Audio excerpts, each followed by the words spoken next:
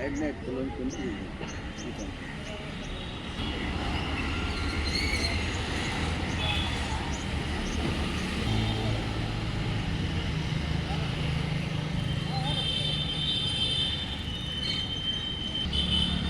చెప్పండి. ఎంఆర్ఓ గిర్దావరి అందరూ వచ్చారు.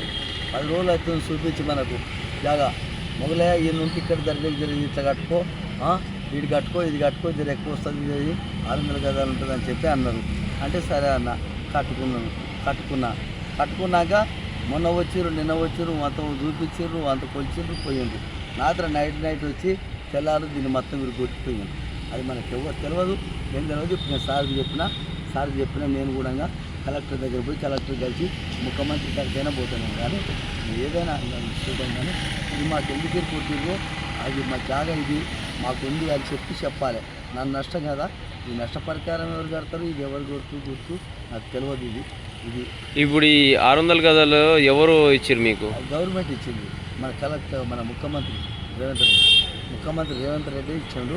రేవంత్ రెడ్డి చేతులనే కలెక్టరు ఎంఆర్ఓ గిర్దావరి మేడము వాళ్ళు అందరూ వచ్చి మండలంలో కూడా వచ్చి అంత చేశారు. కానీ ముఖ్యమంత్రి చేతులనే ఇచ్చింది. ఇలా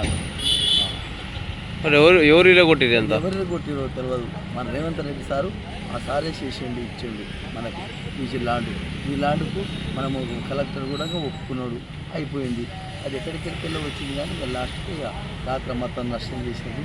అది ఏందో తెలియదు, అది ఎవరో దాన్ని గుర్తించాలి, చేయాలి.